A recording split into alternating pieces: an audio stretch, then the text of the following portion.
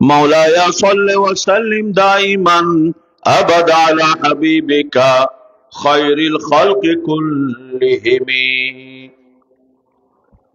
Gausia committee Bangladesh, Fatikchhari Jahanpur শাখার ব্যবস্থাপনায় পবিত্র জশ্নে ঈদে মিলাদুন নবী সাল্লাল্লাহু আলাইহি ওয়াসাল্লাম, শাহাদাতে কারবালা,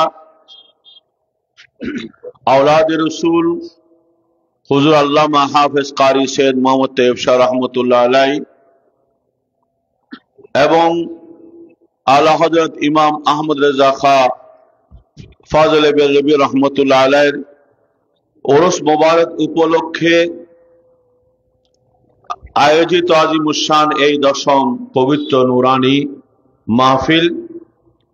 আজকের এই মাহফিলে সভাপতিত্ব করছেন গৌসিয়া কমিটি বাংলাদেশ জাহানপুর শাখার সম্মানিত সভাপতি, বিশিষ্ট শিক্ষাবিদ, সমাজসেবক জনাব মাস্টার মোহাম্মদ জসিমউদ্দিন সাহেব। আজকের এই মাহফিলে উদ্বোধক হিসেবে উপস্থিত আছেন গৌসিয়া কমিটি বাংলাদেশ চট্টগ্রাম উত্তর জেলার সম্মানিত সাবেক দাওয়াতে খায়ের সম্পাদক এবং বিশিষ্ট আলেমে দ্বীন হযরতুল আল্লামা জনাব মাওলানা ইসমাইল আল কাদেরী মাদ্দাজিলহুল আলী। এখানে আজকে আমন্ত্রিত হয়ে যিনি প্রধান অতিথি হিসেবে উপস্থিত হবেন এবং সকলের জন্য দোয়া করবেন এবং গুরুত্বপূর্ণ কিছু নসিহত পেশ করবেন, এশিয়ার অন্যতম দ্বীনী শিক্ষা প্রতিষ্ঠান জামিয়া আহমদিয়া সুন্নিয়া আলিয়ার শাইখুল হাদিস, লক্ষ লক্ষ উলামায়ে কেরামের উস্তাদ, আমার পরম শ্রদ্ধেয় উস্তাদ গেরামি হুজুর আল্লামা সুলাইমান আনসারী মাদ্দাজিলহুল আলী, এছাড়াও আমন্ত্রিত উলামায়ে কেরাম, গৌসিয়া কমিটির নেতৃবৃন্দ, মঞ্চে উপবিষ্ট সম্মানিত উলামায়ে কেরাম, আমার সামনে বসা সম্মানিত মুরব্বিয়ান আযম, তরুণ যুবক এবং পর্দার মা বোনেরা, আসসালামু আলাইকুম ওয়া রাহমাতুল্লাহি ওয়া বারাকাতুহু। আমি আল্লাহ পাক রব্বুল আলামিনের দরবারে শুকর আদায় করছি, রাসূল করিম সাল্লাল্লাহু আলাইহি ওয়াসাল্লামের নূরানি রওজা আকদসে সালাতুস সালামের হাদিয়া পেশ করছি। সাথে সাথে আজকে যারা এই মাহফিলের আয়োজন করেছেন তাদের প্রতি আন্তরিকভাবে কৃতজ্ঞতা জানাচ্ছি। সাথে সাথে আপনারা যারা প্রতি বছরের ন্যায় এই বছরও এই আজিমুশান মিলাদ মাহফিলের একটি অন্যতম পর্ব এই দাওয়াতে খায়ের পর্ব, এই দাওয়াতে খায়ের পর্বে যারা দ্বীনের বিভিন্ন প্রয়োজনীয় মাসআলা মাসাইল জানার জন্য উপস্থিত হয়েছেন, আপনাদের প্রতি আমি কৃতজ্ঞতা জানাচ্ছি। আল্লাহ পাক রব্বুল আলামিন আপনাদের আসা যাওয়া বসা প্রতিটি মুহূর্তকে ইবাদত হিসেবে কবুল করে পড়ুন, আমিন। সম্মানিত হাজিরিন, আপনারা জানেন আজকের এই মাহফিলের এই পর্বটি হলো দাওয়াতে খায়ের পর্ব। যে দাওয়াতে খায়ের পর্বে আমরা আমাদের জীবন ঘনিষ্ঠ বিভিন্ন প্রয়োজনীয় মাসআলা মাসাইল, নামাজ সহ অন্যান্য প্রয়োজনীয় আমরা দৈনন্দিন যে আমলগুলো আমরা করে থাকি সেই আমলগুলোকে আপনি কিভাবে সুন্দর এবং বিশুদ্ধভাবে সম্পন্ন করবেন সেই বিষয়ে কিছু মাসআলা মাসাইল এবং বাস্তব কিছু প্রশিক্ষণের ব্যবস্থা এই দাওয়াতে খায়ের মাহফিলে করা হয়েছে এবং হয়ে থাকে। এই ধরনের মাহফিলে উপস্থিত হতে পারা এটা সৌভাগ্যের বিষয়। এটা কিসের বিষয়? সৌভাগ্যের বিষয়। কোন ধরনের সৌভাগ্য? আমার পক্ষে আপনার পক্ষে কোন একটা রাতে 1000 রাকাত নফল নামাজ পড়া খুব সহজ না? হ্যাঁ, অনেকে বলছেন সহজ। হ্যাঁ, কোন এক রাতে আপনি 1000 রাকাত নফল নামাজ পড়লেন, সহজ? সহজ না।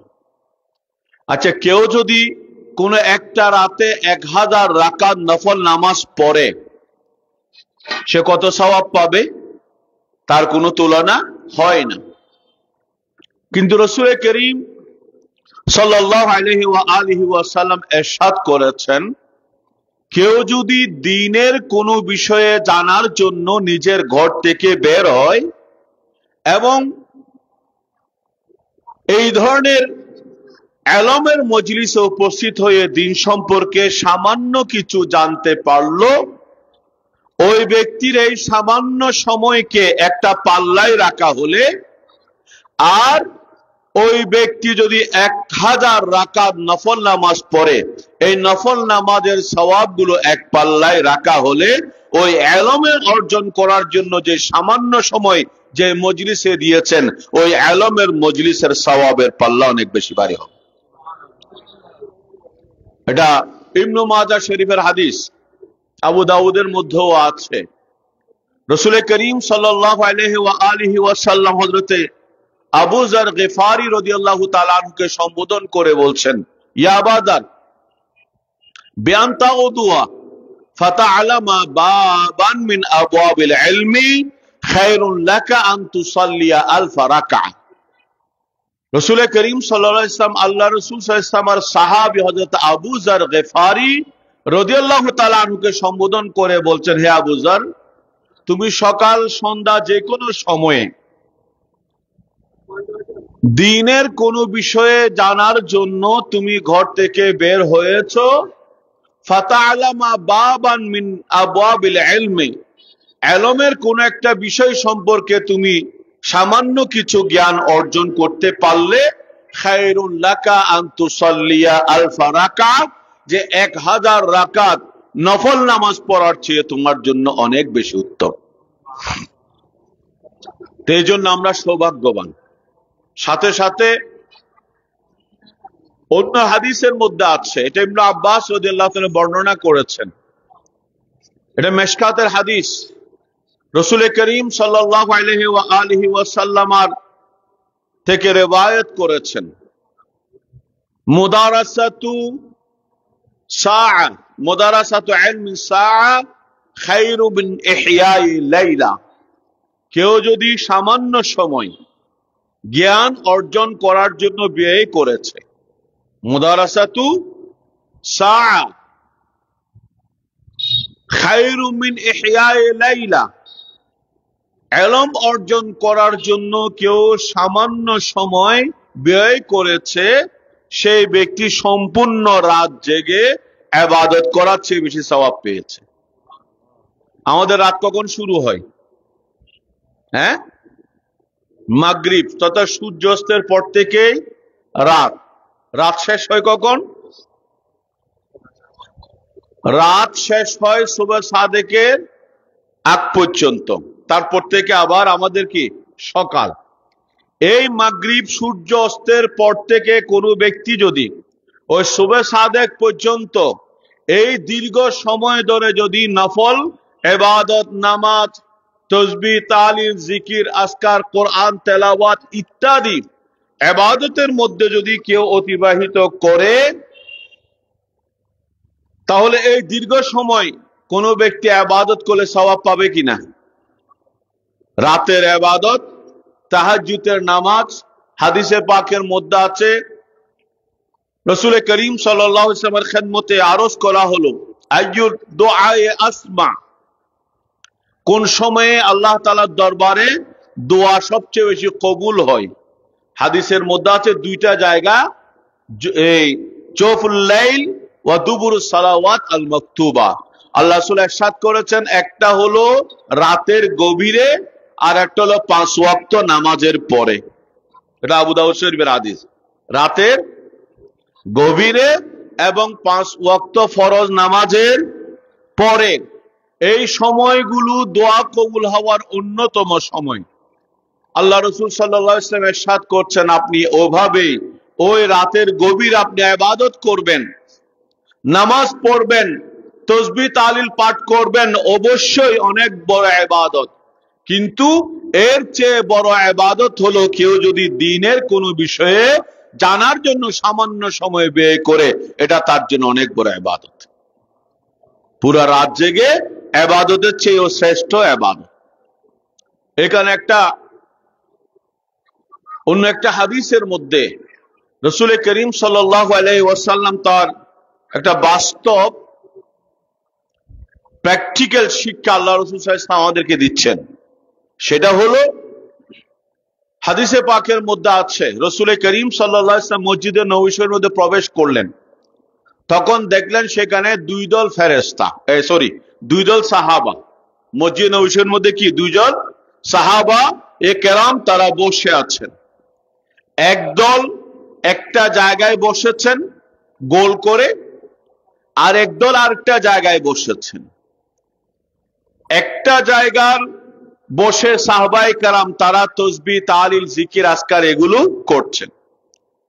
আরেকটা জায়গায় বসে সাহাবায়ে কেরাম তারা দ্বীনের বিভিন্ন প্রয়োজনীয় মাসআলা মাসাইল কি করছেন, আলোচনা করছেন।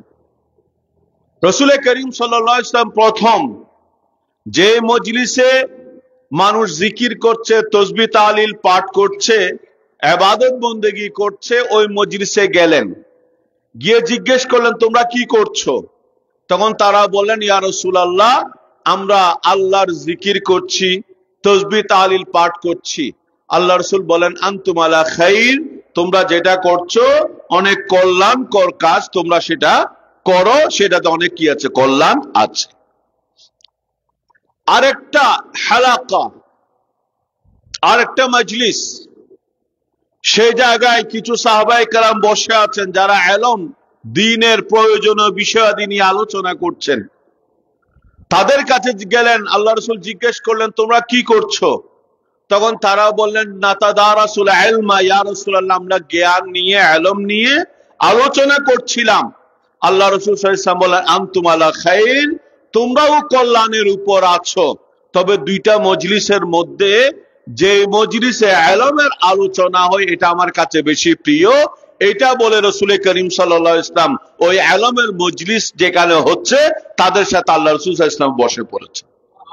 এবং আল্লাহ রাসূল বলেন ইন্নামা বুইস্তু মুআল্লিমান, আমি এই সৃষ্টি জগতের শিক্ষক হিসেবে আল্লাহ তাআলা আমাকে প্রেরণ করেছেন, আমি প্রেরিত হয়েছি। তাহলে এই ধরনের দ্বীনের প্রয়োজনীয় বিষয়াদি মাসআলা মাসাইল যেখানে আলোচনা হয়, এই মজলিসটা এত বেশি প্রিয় যেটা রাসূল করিম সাল্লাল্লাহু আলাইহি ওয়াসাল্লামের মজলিস এবং আল্লাহ রাসূলের প্রিয় মজলিস। তো এই জন্য আমাদের এই দাওয়াতে খায়ের, এই মাহফিল গুলোতে উপস্থিত হওয়া, একদিকে দ্বীনের প্রয়োজনীয় বিষয়াদি সম্পর্কে জানা কি বলেন না, ফরজ না নাকি? হাদিসের মধ্যে কি আছে? তালাবুল ইলমি ফরিদাতুন আলা কুল্লি মুসলিম, প্রত্যেক মুসলমান। কয়েকজন মুরব্বী তারা ফাইলে কয়েকখান সিয়াদ দন না, যদি নিচে বসে অষ্ট হয় একলেন সিয়াদ দিয়ে দেন, কয়েকখান সিয়াদ দন নেই তারা কয়েকজন যারা ঈদ কষ্ট ঈদ বইও কেন অনবই না সিয়ারত। আল্লাহুম্মা সাল্লি আলা সাইয়্যিদিনা মাওলানা মুহাম্মদ ওয়া আলা আলি সাইয়্যিদিনা মাওলানা মুহাম্মদ। আচ্ছা, যেটা বলছিলাম,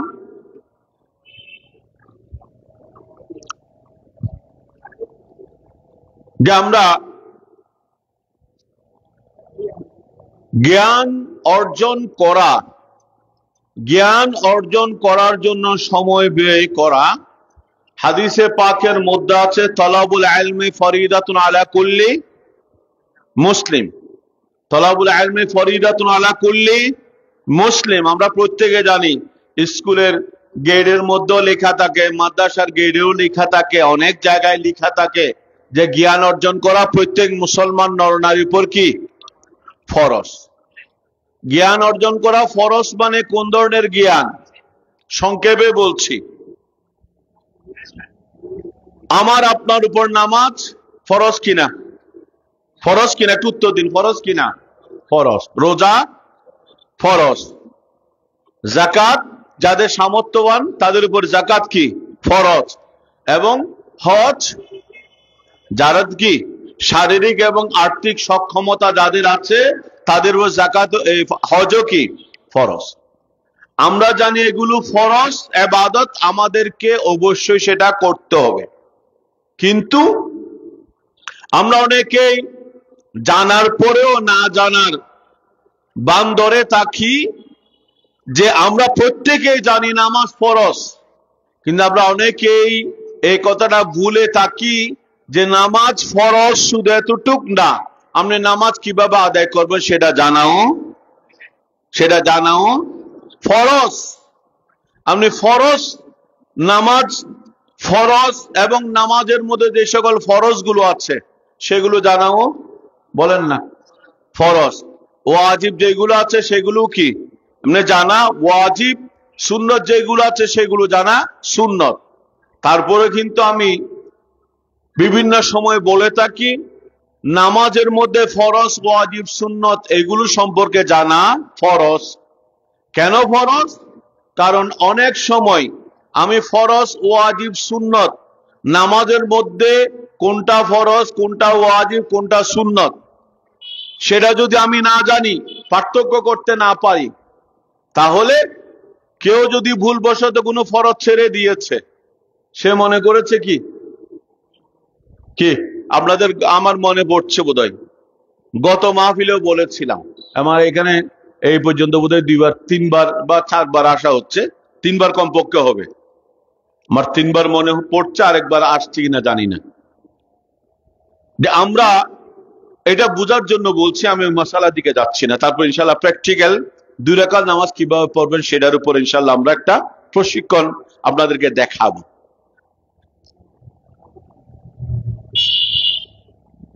কেউ যদি নামাজের মধ্যে ভুলবশত কোনো ফরজ বাদ দেয় কি করবে? গতবার বলেছি, কিন্তু গতবার এখানে অনেকে এসেছেন, অনেকের চেহারা আমার মনে পড়ছে। কি বলেছিলেন বলেন? আপনারাই উত্তর দিয়েছিলেন, বলুন। কেউ যদি ভুলবশত নামাজের মধ্যে কোনো ফরজ বাদ দেয় কি করবে? চেষ্টা করুন, কি করবে? আরে ভাই, একটু আগে বলছি না আমাদের ফরজ আপনাকে জানতে হবে, জানা ফরজ। এটা এমন না যে ঐচ্ছিক জানলে জানলাম, না জানলে জানলাম না। আপনি মনে করলে আমার 60 বছর 50 বছর হয়ে গেছে আর এখন কি জানবো, জি না, জি না। আপনার মৃত্যুর আগের দিন হলো এটা কি যেটা ফরজ, আপনাকে সেটা কি জানতে হবে, আদায় করতে হবে। জানতে হবে কি সাথে সাথে এটা কি আদায়ও করতে হবে। আচ্ছা, গত বছর আপনাদের সামনে বলেছিলাম, আমার মনে পড়ছে, তারপরও বলে দিচ্ছি, কেউ যদি নামাজের মধ্যে ভুলবশত কোনো ফরজ বাদ দেয় তখন কি করতে হবে? নামাজ আবার পুনরায় পড়ে দিতে হবে, সুজদা না। অনেকে বলতে চাচ্ছিলেন সুজদা দিতে হবে, জি না। এটা মনে রাখবেন। এই জন্য বললাম এই দাওয়াতে খায়ের, যে দাওয়াতে খায়ের কত বেশি গুরুত্বপূর্ণ, এই গুরুত্বটা আমরা অনেকেই বুঝি না বলে আমরা আসিনি। নাইলে এই মাহফিল এই ধরনের আরো যদি কয়েক ডবল চেয়ার দেওয়া হতে গেলে জায়গা হতো না। কারণ আমরা আসলেই আমরা যে জানি না দিনের অনেক বিষয়ে, সেটাও আমরা জানি না। সমস্যা ওখানে আমি যে কি জানি না, সেটাও আমি জানি না। সমস্যা ওখানে আমি যদি এটা জানতাম যে আমি জানি না, আমাকে তখন আমি যদি এটা জানি আমি জানি না, তখন কি, তখন আমি চেষ্টা করব আমাকে কি হবে, জানতে হবে। কিন্তু আমি যদি এটা বলি যে আমি যে জানি না সেটাও আমি জানি না, তাহলে আমার জানার কোনো প্রয়োজন বোধ করব না। আমাকে জানতে হবে, সেই প্রয়োজনটাও অনুভব করব না। এই কারণে অনেকই দিনের বিভিন্ন বিষয়ে, যেটা আমার অনেক বিষয় আছে যেগুলো অনেক আলেম উলামাদের জানার বিষয়, আপনার সাধারণ মানুষের জানার বিষয় নয়, সেগুলোর কথা বলছি না। যে বিষয়গুলো আপনি একজন মুসলমান হিসেবে আমাকে প্রত্যেক দিন করতে হয় না? নামাজ প্রতিদিন পড়তে হয় নাকি? পড়তে হয়। তো পড়তে হলে নামাজের মধ্যে কোনটা ফরজ কোনটা ওয়াজিব সুন্নত আমাকে জানতে হবে না? না জানলে তো আপনি কোনটা ফরজ এটা একটু উদাহরণ দিয়ে বলছিলাম, কোনটা ফরজ কোনটা ওয়াজিব কোনটা সুন্নত আপনি সেটা যদি পার্থক্য করতে না পারেন, হয়তো সুন্নত ছেড়ে দিয়েছেন অথবা ফরজ ছেড়ে দিয়েছেন, আপনি সুজদা দিয়ে নামাজ কি করলেন? শেষ করলেন। নামাজ হয়েছে? বলুন, এবার বলুন, নামাজ কি হয়েছে? কি করতে হবে? ফরজ যদি ভুলবশত কেউ বাদ দেয় পুনরায় কি করতে হবে? আবার নামাজ পড়ে দিতে হবে। তো আপনি এই বিষয়টা আপনি জানেন না, হয়তো কোনো কি করেছেন, কোনো ফরজ ভুলবশত আপনার বাদ পড়েছে, তখন আপনি মনে করেছেন নামাজের মধ্যে ভুল হলে তো সুজদা দিতে হয়, এই জন্য আমি সুজদা দিয়ে নামাজ শেষ করলাম।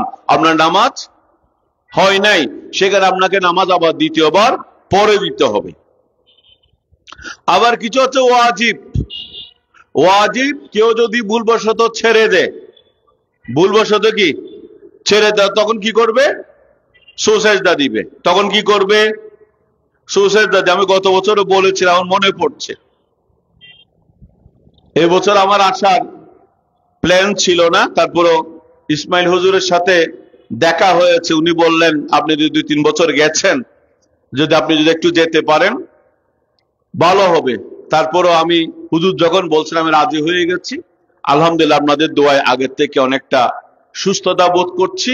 এই কারণে আমি আগেও আপনাদের সাথে এখানে বসেছি। আলহামদুলিল্লাহ এখানে অনেক মুরব্বী যারা বয়োজ্যেষ্ঠ, কিন্তু তারপরে এখন দিন সম্পর্কে জানার যাদের মাঝে আগ্রহ আছে, এই ধরনের কিছু আগ্রহী মানুষকে দেখে আমি আবার এখানে আসতে রাজি হয়েছে। আল্লাহ পাক রব্বুল আলামিন আপনাদের আসা যাওয়া বসা প্রতিটি মুহূর্তকে ইবাদত হিসেবে কবুল করে ফেলুন, আমিন।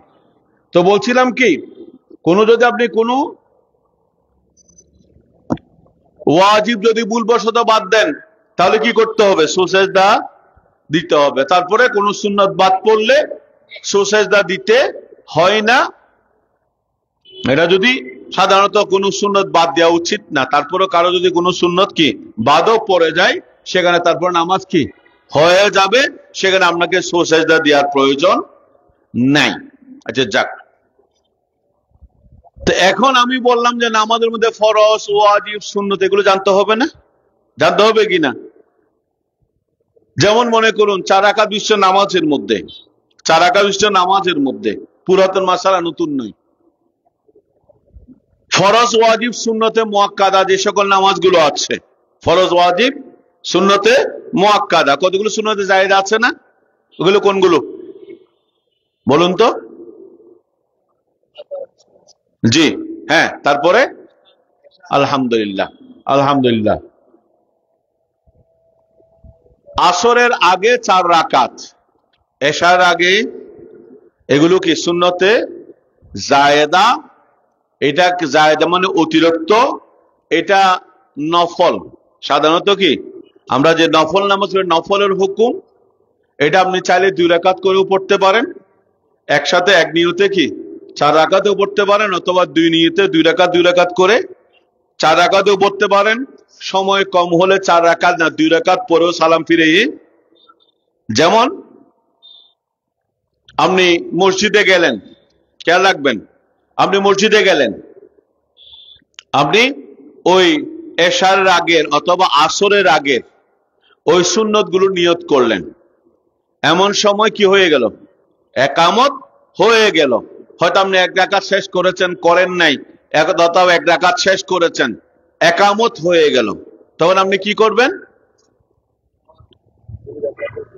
2 রাকাত।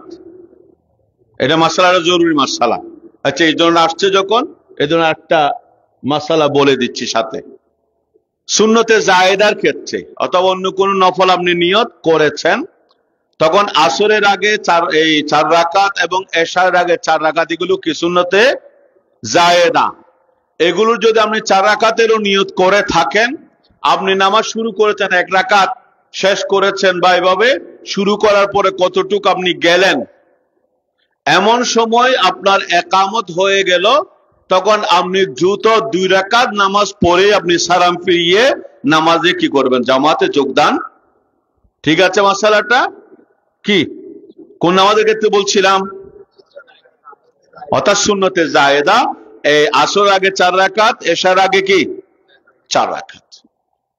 আর কতগুলো যে সুন্নতে মুআক্কাদা, যখন দুইটার মধ্যে অনেকে ফেল করে, আবার উত্তরটা দুইটার মধ্যে মিক্স করে ফেলে, মিক্স করবেন না। সুন্নতে মুআক্কাদা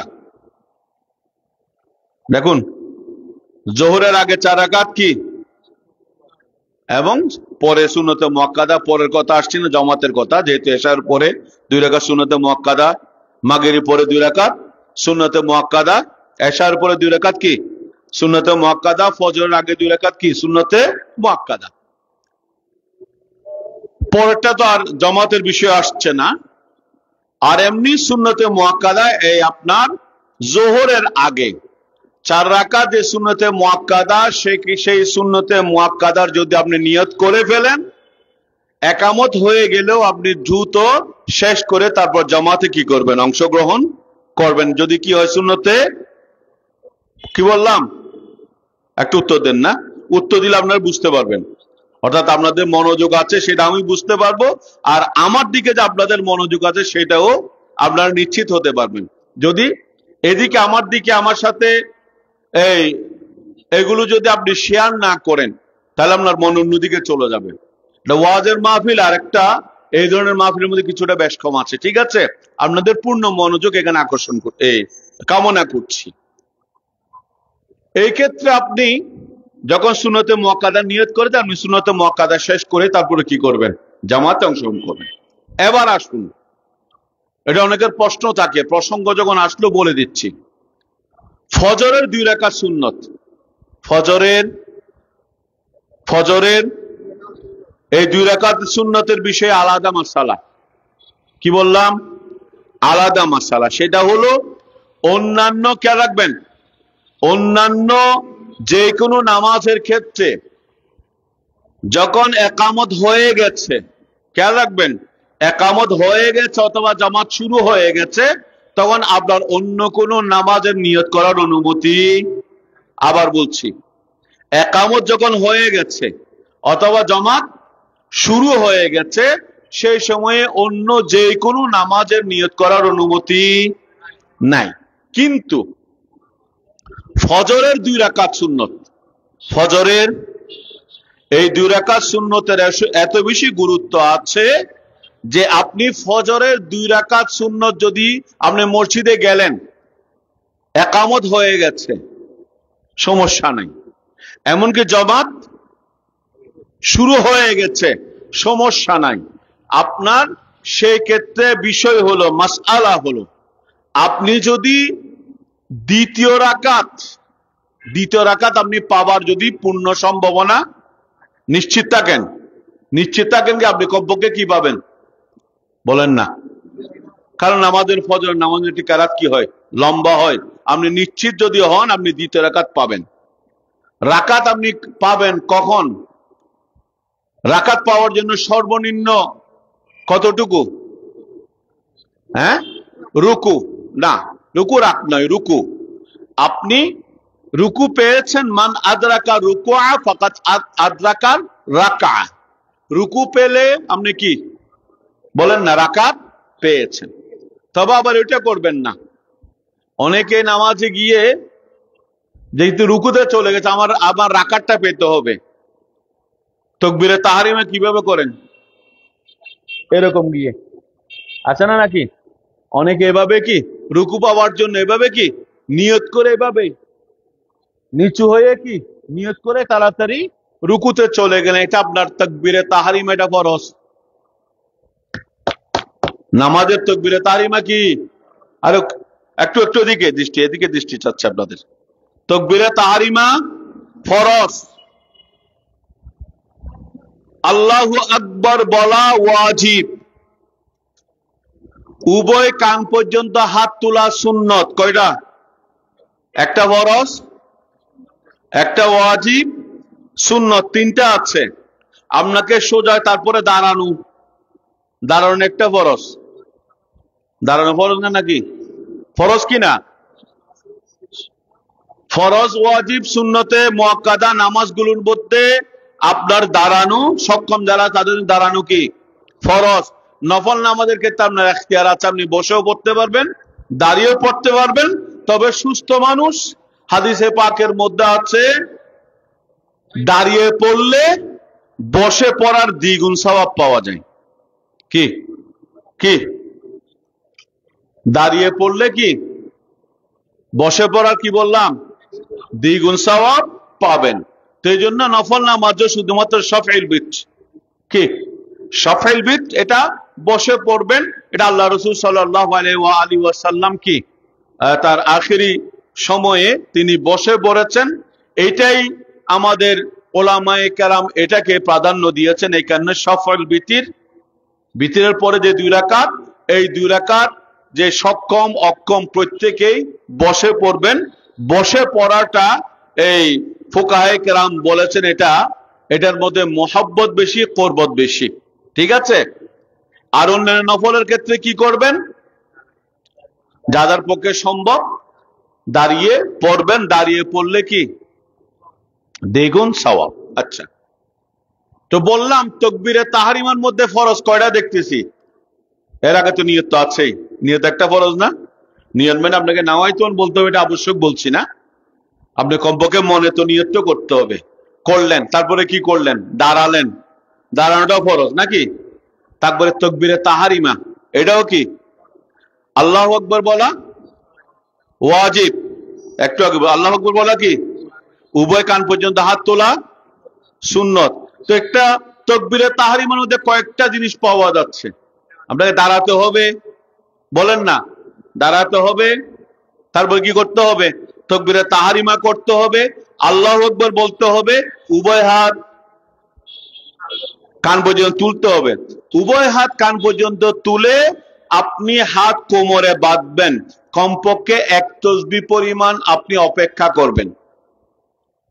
কত? 1 তাসবিহ পরিমাণ। 1 তাসবিহ পরিমাণ আপনি অপেক্ষা না করলে আপনার তাকবীরে তাহরিমা হয় নাই। শুধুমাত্র আপনি আল্লাহু আকবার করে রুকুতে চলে গেলেন, এটা আপনার নামাজ স্টার্ট হয়নি। নামাজ স্টার্ট করার জন্য প্রথম শর্ত কি, প্রথম ফরজ কি নামাজের? তাকবীরে তাহরিমা না নাকি? তাকবীরে কিবলামুখী হয়ে কি নিয়ত করে তাকবীরে তাহরিমা দিয়ে নামাজ শুরু করা। তাহলে আপনার নামাজ শুরু হয় নাই, আপনি রুকু চলে যাচ্ছে। এই কারণে কি অনেকে কি এভাবে মাথা নিচু করে আছে না নাকি তাড়াতাড়ি রুকু পাওয়ার জন্য? ওটা করবেন না। ওটা করলে আপনার নামাজ আপনার স্টার্ট হবে না।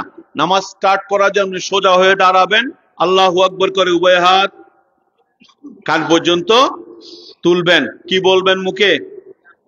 বলেন না। আর আল্লাহু আকবার বলাটা ওয়াজিব, অন্যান্য ক্ষেত্রে না বললেও চলবে। ইমাম সাহেব কি আল্লাহু আকবার বলতে, আপনি আল্লাহু আকবার বলবেন, এটা সুন্নত। কিন্তু এক্ষেত্রে কি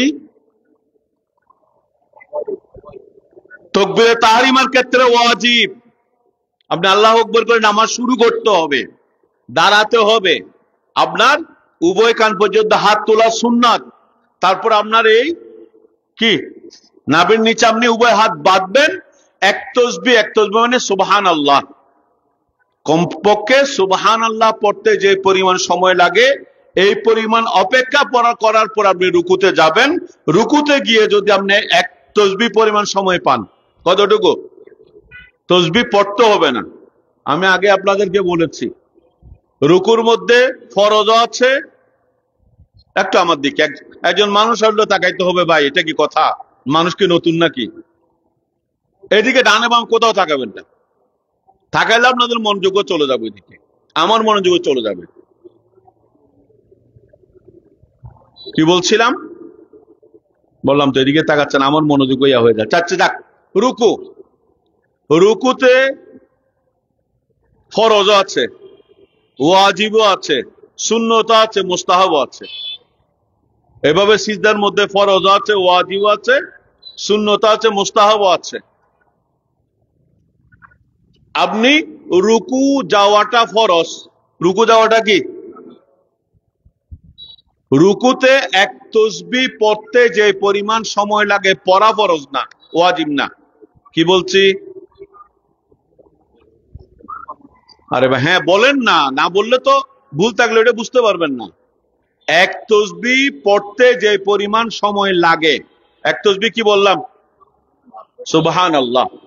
এইটুকু পড়তে যে পরিমাণ সময় লাগে এই পরিমাণ আপনাকে রুকুতে থাকতে হবে, এটা ওয়াজিব। ঠিক আছে? অনুরূপভাবে দাঁড়িয়ে নাকি অনেকে আছে না সোজা হয়ে না দাঁড়িয়ে আবার কি সিধাতে চলে যাওয়া হবে না, দাঁড়ানো, সোজা হয়ে দাঁড়ানো, এটাও কি দাঁড়িয়ে এক তাসবিহ সুবহানাল্লাহ পড়তে যে পরিমাণ সময় লাগে সোজা হয়ে আপনাকে দাঁড়াতে হবে। অনুরূপ ভাবে দুই সিজদার মাঝখানে অনেকে আছে সিজদা একটা দিয়ে সোজা হয়ে বসে না, আর অনেক এই মহিলাদেরকে দেখা যায় অসুস্থ না, নিয়ম হয়ে গেছে। ছোটবেলায় দেখতাম অনেক মহিলারা আছেন নামাজ পড়েন সিজদা একটা দিয়ে মাথাটা তুলেছেন, এইভাবে মাথাটা তুলে এদিকে তুলে আবার এইভাবে দিয়েছেন, কি বসেন নাই, সোজা হয়ে বসে এক তাসবিহ পড়ে অপেক্ষা করে, এগুলো কি ওয়াজিব। তো বলছিলাম অন্যদিকে আপনার এই মাসালা অনেক লম্বা হয়ে যাবে। সেটা হলো আপনি তাকবীরে তাহরিমা শুরু করে রুকুতে, তারপরে রুকুতে গিয়ে আপনি এক তাসবিহ পরিমাণ যদি পেয়ে থাকেন তাহলে আপনি রুকু পেয়েছেন, ঠিক আছে? এর কমে যে ইমাম সাহেব উঠে যাচ্ছে আপনি তাড়াতাড়ি কি রুকুতে গেলেন, ওইটা আপনার কি বলেন না, হবে না। আবার অনেকে ভুল করেন,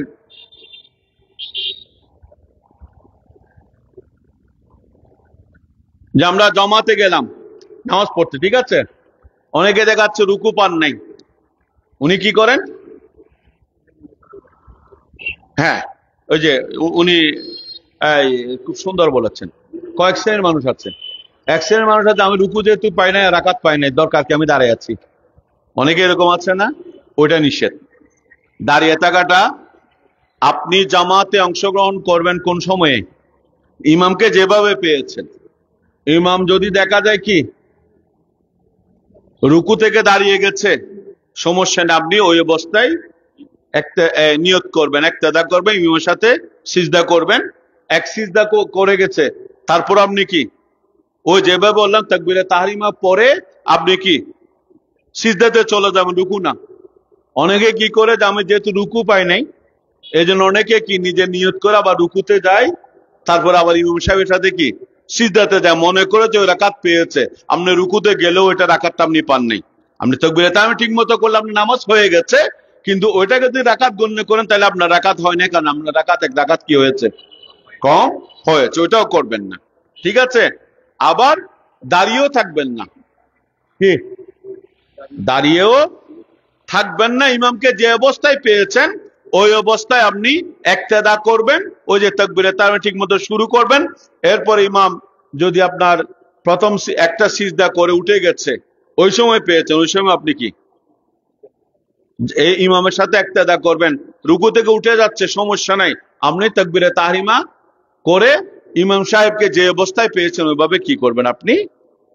তাহলে আচ্ছা যেটা বলছিলাম ফজরের, আমি বললাম অন্যদিকে চলে যাব, ফজরের 2 রাকাত সুন্নত, ফজরের 2 রাকাত সুন্নতের বিষয়ে কি বলছিলাম, অন্যান্য সুন্নত এটা তো মুআক্কাদা, অন্যান্য সুন্নতে মুআক্কাদার ব্যাপারে কি বলছিলাম, আচ্ছা আগে বলুন আবার আসছি, সুন্নতে জায়েদার ক্ষেত্রে কি বলছিলাম, জামাতে আপনি মসজিদে গেলেন, সুন্নতে জায়েদা শুরু করলেন, একামত হয়ে গেল, তখন আমরা কি করবেন বলছিলাম, আলহামদুলিল্লাহ 2 রাকাত শেষ করে আপনি কি করবেন, সালাম ফিরিয়ে জামাতে অংশগ্রহণ।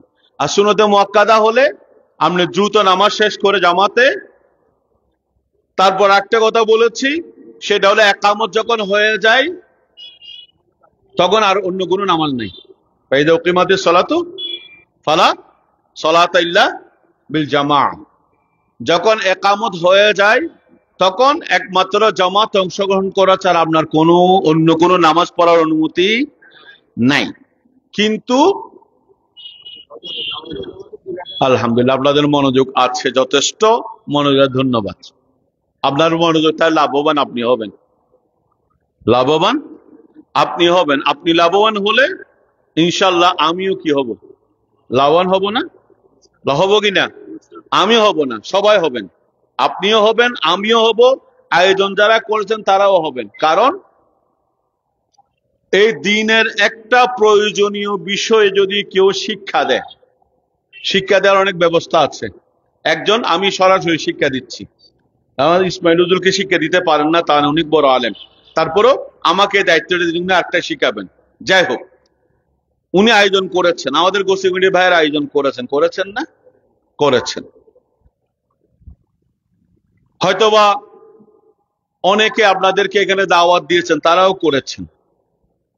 সবাই কিন্তু এই মাসআলা মাসাইল গুলো শিখে সওয়াব যে আপনারা পাচ্ছেন, সেই সওয়াব কিন্তু আমরা সবাই পাচ্ছি।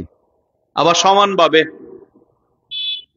আমার কাছে আমার পকেটে 1 লক্ষ টাকা থাকলে আমি হয়তো এটা ভাগ করে কি 1000 টাকা করে দিলে কয়জন 100 জনের কাছে দিলাম, তারপরে বলেন না, তারপরে শেষ নাই। আল্লাহর কাছে কই ধরনের অনেকে বলছেন যে এত যত সওয়াব যত ভাগ হবে আমার ভাগ একটু করে পড়বে। জি না, এটা আল্লাহর কাছে ওই ভাগ, আল্লাহর কাছে কোনো কমতি আছে? আপনিও শতভাগ পাবেন ইনশাল্লাহ, আমিও শতভাগ পাবো। আমার ভাইয়েরা যারা আয়োজন করেছেন প্রত্যেকেই, এমনকি যারা যে চেয়ার বিছিয়েছেন, যারা এই ধরনের কাজগুলো করেছেন, প্রত্যেকেই সমানভাবে কি পাবেন? সওয়াব পাবেন। হাদিসের মধ্যে আছে মান দাল্লা আলা খাইরিন ফালাহু মিসলু আজরি ফাইলিহি। কেউ যদি কোনো ভালো কাজের পথ দেখায়, পথ দেখানো অনেক ধরনের হতে পারে। আপনাদেরকে মাসালা মাসাইল বলছে, এটা কি আয়োজন করেছেন, সেটাও পাবলিসিটি করে আপনাদেরকে ডেকে নিয়েছেন, ফোন করে আপনাদেরকে দাওয়াত দিয়েছেন, ওইটাও যত ধরনের। এজন্য একজন ব্যক্তি বলছেন আমি প্রত্যেক দিন 50 ওয়াক্ত নামাজ পড়ি। কয় ওয়াক্ত নামাজ? কয় ওয়াক্ত ফরজ? 50 ওয়াক্ত কি? কেউ বললেন আপনি কিসের মেরাজের মধ্যে কয় ওয়াক্ত ফরজ হয়েছিল? তারপরে আল্লাহ রাসূল সাল্লাল্লাহু আলাইহি ওয়াসাল্লাম কি করেছেন? আমাদের জন্য এটা কমিয়ে নিয়ে এসেছেন 5 ওয়াক্তে। একটা কথা মনে রাখবেন, 5 ওয়াক্তে কমিয়ে নিয়ে এসেছেন, আমরা কিন্তু লজে নেই। বলেন না, আমরা কিসে নাই? লজে নাই। মানে কেন? এই তো যখন রাসূল করিম সাল্লাল্লাহু আলাইহি ওয়াসাল্লাম সর্বশেষ 5 ওয়াক্ত নিয়ে ফিরে আসছিলেন, বুখারীর হাদিস, আমদাইতু ফরিদাতি ওয়া খাফফতু আন ইবাদি আল হাসানাতু বিআশরাতি আমসালিহা। আল্লাহ রাসূল সাল্লাল্লাহু আলাইহি ওয়াসাল্লাম যখন মেরাজ থেকে ফিরে আসছিলেন, আল্লাহ তাআলার পক্ষ থেকে ঘোষণা হলো খাফফতু আন ইবাদি, আমি আমার বান্দাদের উপর 50 ওয়াক্তের নামাজ 5 ওয়াক্তে নেমে আনিয়ে আমি আমার বান্দাদের জন্য সহজ করলাম। কিন্তু ওয়া আমদাইতু ফরিদাতি, আমার যে ফরজ যেটা করেছি সেটা আমি কিন্তু বাস্তবায়ন করে দিয়েছি। সেটা কি? আল হাসানাতু বিআশরি আমসালিহা, ওই আমার বান্দারা 5 ওয়াক্ত নামাজ পড়বে, প্রতি ওয়াক্তের বিনিময়ে তাকে 10 গুণ করে দেয়া হবে। কত? তাহলে 5 ওয়াক্ত কত? 50। আচ্ছা ওটা রাখেন। একজন বলছে আমি প্রত্যেকদিন 50 ওয়াক্ত রাকাত নামাজ পড়ি। আরেকজন বললেন তুমি কি সেই মেরাজের নামাজ পড়ো? নামাজ তো 5 ওয়াক্ত। তিনি বললেন না, আরো 9 জন মানুষকে আমি নামাজ শিখিয়েছি বা নামাজ পড়ানোর ব্যবস্থা করেছি। 9 জন মানুষ 5 ওয়াক্ত করে নামাজ পড়লে কত হয়? 5 নং 45।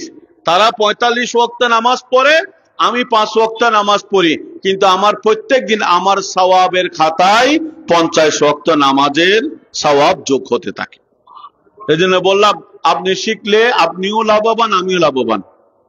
আর যারা আয়োজক বলেন না, প্রত্যেকে লাভবান। আপনি যতদিন নামাজ পড়বেন আপনিও পরিপূর্ণ সওয়াব পাবেন, কারণ শুদ্ধভাবে নামাজ পড়তে হবে না নাকি? শুদ্ধভাবে যদি আপনি ইখলাস নিয়ত বিশুদ্ধ করে শুদ্ধভাবে নামাজ পড়েন, তাহলে আপনিও ইনশাআল্লাহ পরিপূর্ণ সওয়াব পাবেন। আমি অদম আপনাদের একটা মাসআলা, হয়তো কোথাও আপনাদের কিছুটা গ্যাপ আছে, কিছুটা সে ব্যাপারে আপনার স্পষ্ট ধারণা নেই, অথবা কিছু ব্যাপার আপনাদের সেখানে ভুল আছে, এগুলো আমি আপনাদেরকে শিখিয়ে দেওয়ার চেষ্টা করেছি। এই জন্য সওয়াব, নামাজ আপনি পড়ছেন, আপনিও পড়ছেন, সওয়াব আমিও পাচ্ছি। যে ভাইয়েরা কি আয়োজন করেছেন ওনারাও পাচ্ছেন।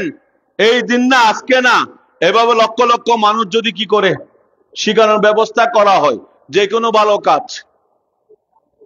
যেমন আমার হুজুর কেবলা জশ্নে জুলুস আমাদেরকে দিয়েছেন না নাকি? বাংলাদেশে কে দিয়েছেন বলেন না?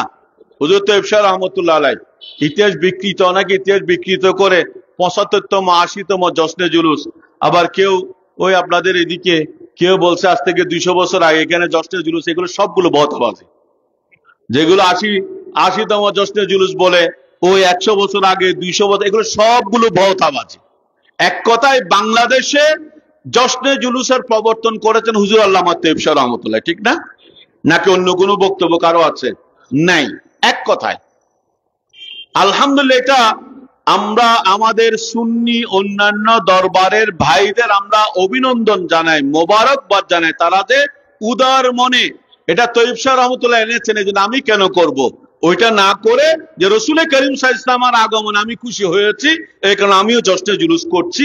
এভাবে বিভিন্ন দরবারের বাইরে যা গ্রহণ করেছেন, এটা উদার মনের পরিচয় দিয়েছেন, এই জন্য তাদেরকে মোবারকবাদ জানাই।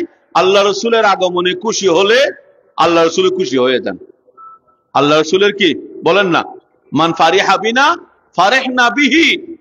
একজন ব্যক্তি আল্লাহ রসুলের মিলাদ উদযাপন করতেন, রসুল করিম সাল্লাল্লাহু আলাইহি ওয়াসাল্লাম তাকে স্বপ্নে দিদার দিলেন, তখন তিনি মিলাদুন নবীর কথা বললেন যে কেউ কেউ এটা নিয়ে নানা ধরনের কথা বলে।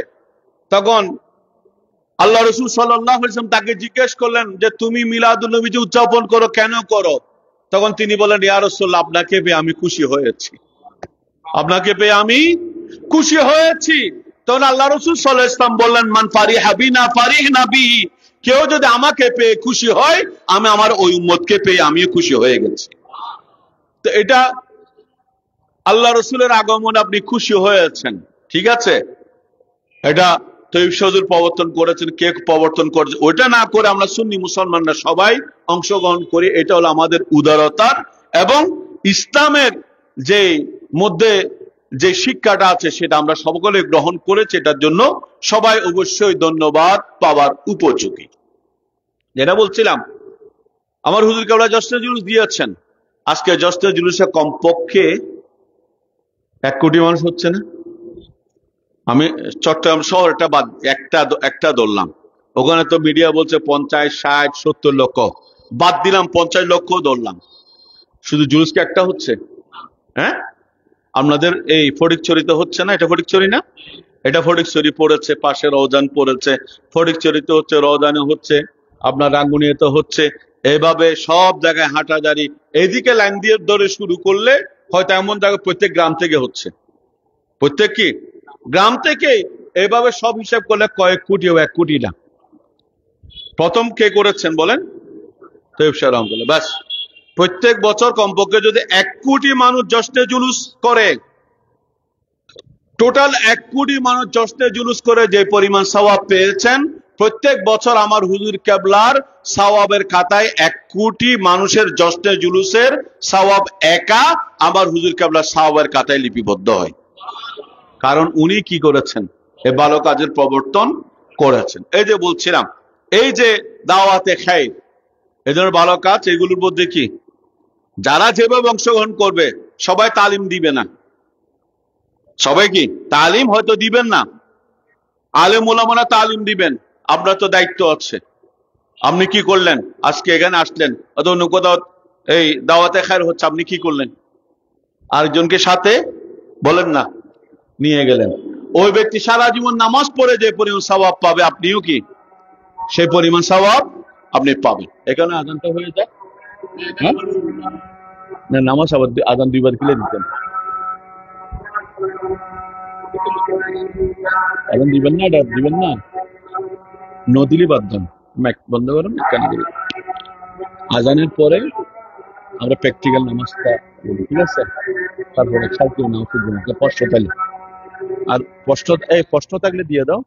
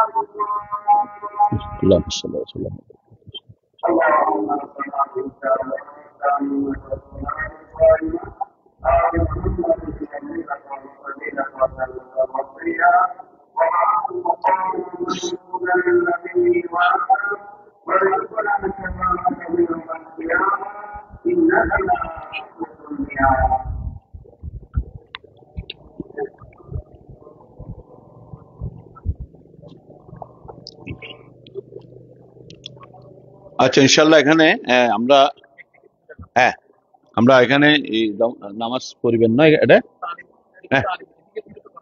অসুবিধা নেই, অসুবিধা নেই। আমরা তাহলে এখানে আমরা শেষ করছি। যদি আপনাদের কোনো প্রশ্ন থাকে সেটা।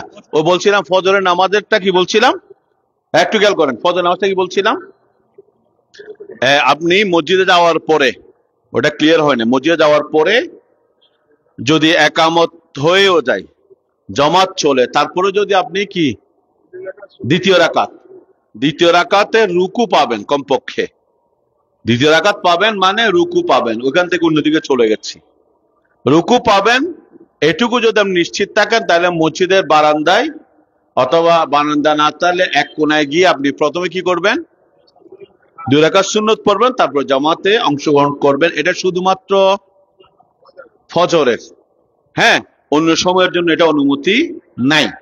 অন্য সময় আপনি পড়তে না পারলে পরে পড়ে দিতে পারবেন, ফজরের মধ্যে পরে পড়ার কোনো সুযোগ নাই। পড়তে হবে কখন, কখন বলেন না,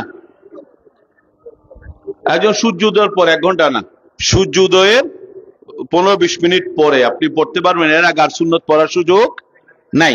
যদি আপনি দ্বিতীয় রাকাত পাবার সম্ভাবনা থাকে, তাহলে আপনি কি করবেন, মসজিদের এক কোনায় গিয়ে কি করবেন। ঠিক আছে, আমরা এখানে 2 রাকাত আমরা ইনশাল্লাহ আমরা নামাজ এখানে পড়বো। আপনারা কেউ জামাতও পাবেন, নামাজ ইনশাল্লাহ এখানে পড়তে পাবেন, জামাতও পাবেন, নামাজও পড়তে পাবেন, সমস্যা নাই। এখানে আপনারা কেউ উঠবেন না। আমরা 2 রাকাত প্র্যাকটিক্যাল কে কে কে করবে। আচ্ছা, এখানে একটু আমি বলছি,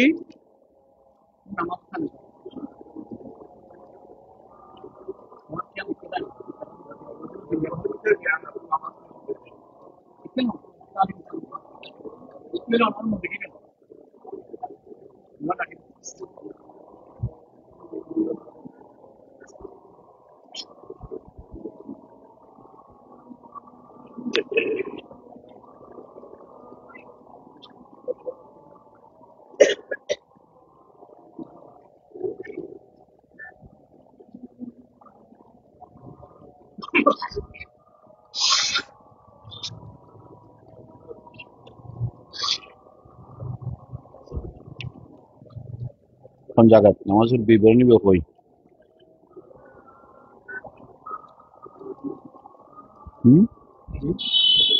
নামাজের বিবরণটা কোথায়, এটা ফজিলত নামাজের বিবরণ না, না কিভাবে পড়বেন।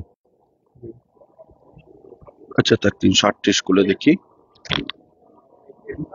338 নাকি 138, 138।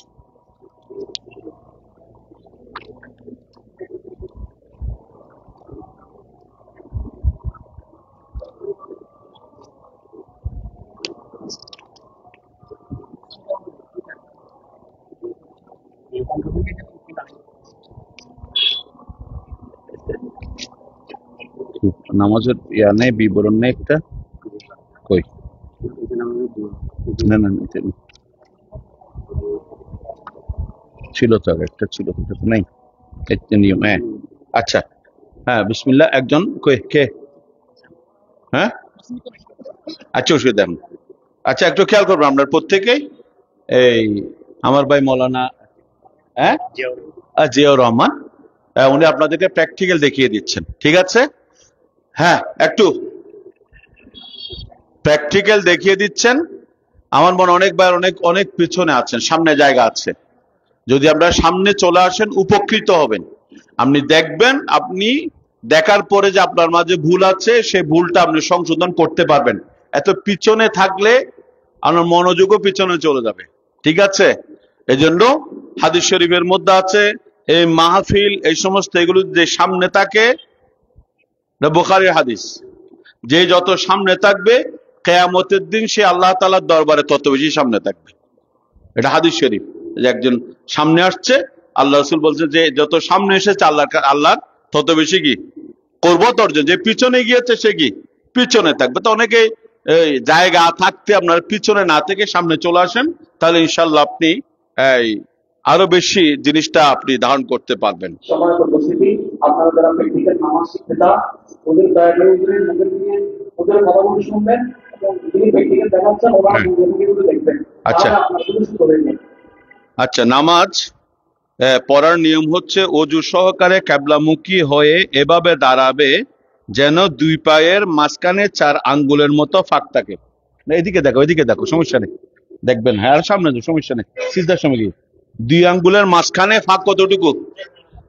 হ্যাঁ, 4 আঙ্গুল। আচ্ছা, 4 আঙ্গুল মানে আবার এটা সবসময় যে 4 আঙ্গুল তা না। একজন মানুষ স্বাভাবিক দাঁড়ানো, স্বাভাবিক কতটুকু লাগে? স্বাভাবিক 4 আঙ্গুল। কারো কারো একটু শরীর যদি একটু কি থাকে, ভারী থাকে, হয়তো 4 আঙ্গুলে পারবেন না। আবার ওইটা না, ওদের অনেকে আছে দেখি 8 জনের জায়গা ধরে, ওইটা না। ঠিক আছে? আচ্ছা, এবং হাত কান পর্যন্ত নিয়ে গিয়ে কতটুক? বৃদ্ধাঙ্গুলি 2টি কানের লতিতে লাগাবে। কি লাগবে বলেন না? বৃদ্ধাঙ্গুলি। তারপরে অন্যান্য আঙ্গুলগুলো স্বাভাবিক অবস্থায় থাকবে। অন্যান্য আঙ্গুলগুলো কি থাকবে? স্বাভাবিক অবস্থায় থাকবে। সেখানে একদম এভাবে মিলিয়েও দিবেন, আবার এভাবে কি ফাঁকও করে দিবে না। তখন হাতের তালু যেন কিবলার দিকে, হাতের তালুটা কোন দিকে থাকবে?